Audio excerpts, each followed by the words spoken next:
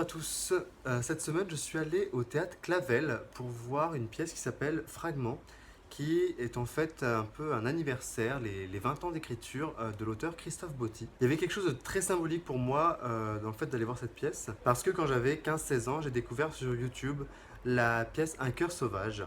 C'était avec Julien Aluguette et Édouard Collin à l'époque. Et moi j'aimais déjà le théâtre, j'aimais en faire, mais pour moi ça se résumait, le théâtre moderne en tout cas, se résumait à du boulevard vu à la télévision. Dans ma famille, on n'allait pas au théâtre, je savais pas qui étaient tous ces metteurs en scène dont je parle aujourd'hui.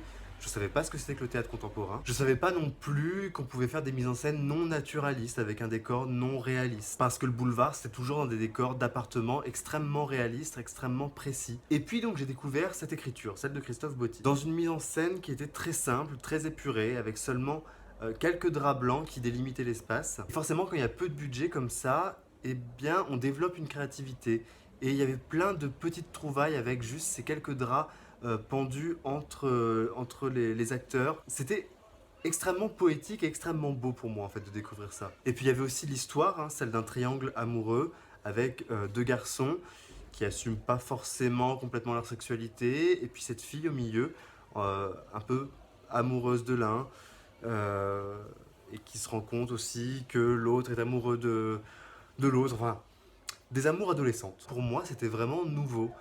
Aussi de pouvoir montrer des fragments de vie, juste comme ça, sans qu'il y ait forcément un début, un milieu, une fin, avec un nœud de l'action, un dénouement. Qu'on laisse le soin aussi au spectateur d'imaginer, de pas tout montrer, de pas tout dévoiler, de pas prémâcher les choses. Et donc, d'une certaine manière, en fait, le théâtre de Christophe Botti, ça a été un peu mon pied à l'étrier pour accéder au théâtre contemporain. Donc au théâtre Clavel, là, j'ai découvert d'autres textes de Christophe Botti qu'il a mis en scène dans ce spectacle. Ce sont tous des textes qui ont déjà été joués, hein. Il y a une certaine régularité, il a conservé une écriture qui est de l'ordre du fragment de vie. Et puis il y a un point commun à tous ces textes, c'est un besoin de reconnaissance des personnages, un besoin de reconnaissance par l'autre. Alors l'autre, c'est un amour, un père, un frère, une femme, un mari, une amitié, mais à chaque fois, la relation est fragilisée par un besoin de reconnaissance. Un domaine d'écriture dans lequel il excelle selon moi, c'est vraiment sur la description des amours adolescentes. Et je pense que c'est aussi pour ça que ça a autant marqué ma jeunesse à 15 ans quand j'ai découvert ce théâtre-là. C'est les amours adolescentes avec